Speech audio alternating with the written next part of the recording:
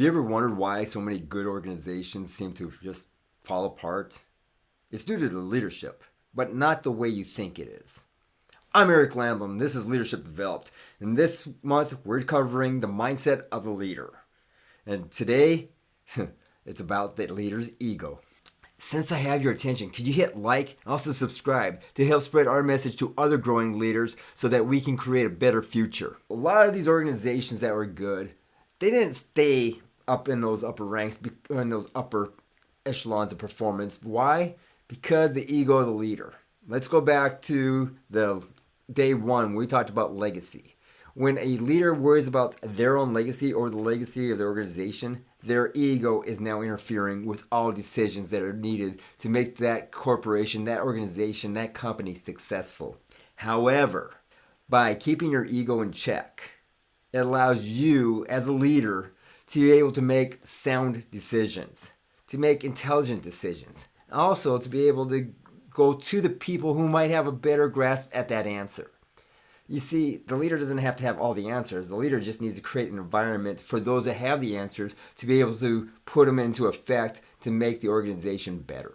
And a personal example of this was as in the Purple Foxes, we were tearing our aircraft down to be able to ship into the back of Air Force cargo planes to go down to Santiago, Chile in South America.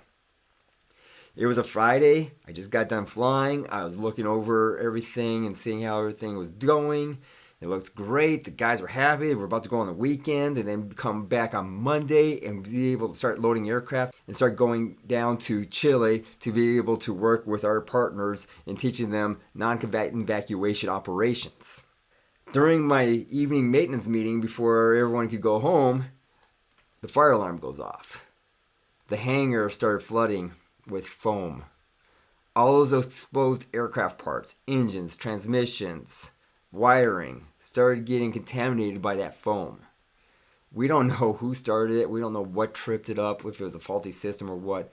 All I knew was all this hard work these guys did, and all I wanted to do was just say, screw it, we're going home. But thankfully, because I had a good leadership team, and I had a member of my leadership team who kept a calm, collected head and was able to ask me, can I have a few seconds to look something up before you make any decisions? And so by putting my ego aside, allowing him to take the lead, we were very successful. He was able to do his homework, make a few phone calls, have a few people inspect the aircraft to find out that foam, that fire retardant foam, was water-based. It did not damage any of our aircraft parts. So we were able to continue clean up the mess, get ready for the weekend, and then continue our mission going down south. If my ego was in play, because I thought I had the answers, we've been there all weekend and frustrated, worrying because we didn't have the answers. So here's a personal example of my ego not getting in the way. During our executive MBA program finals, we were placing our teams to do this project. It's a simulated running your company against each other in the class, if we can run the best company through the simulation. I just happened to have a good idea and doing some homework because I had some free time to be able to look this stuff up, and my team looked at me to be the leader. Great, natural, got it. You can do this. Doing so created, an environment for us to grow in, gave us a process for us to have, to be able to examine and make decisions based off of, and to a point where it was, day 3, day 4, it was running on its own.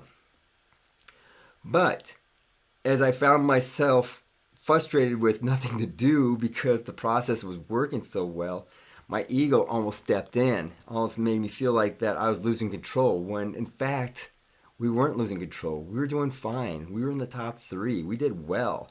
We did exactly what was planned. The problem is, when you're in those lulls and your ego's involved, you start making bad decisions. You start second guessing yourself because you're thinking that you have to be in charge of something. You have to be vocal. You have to be out front. And it's not always so. A good leader knows when to be up front, when to be in back, where to position themselves best to be able to facilitate the success of the organization. That's all positioning yourself as a leader is. And that's where your ego will contaminate your decision making. Also, by having a big ego, you get manipulated real easily. I had a boss's boss who had a big ego, and my peers and I, we're pretty good about manipulating the guy's ego. We're pretty good about letting him know, like, this will make you look good. This will do wonders for the group.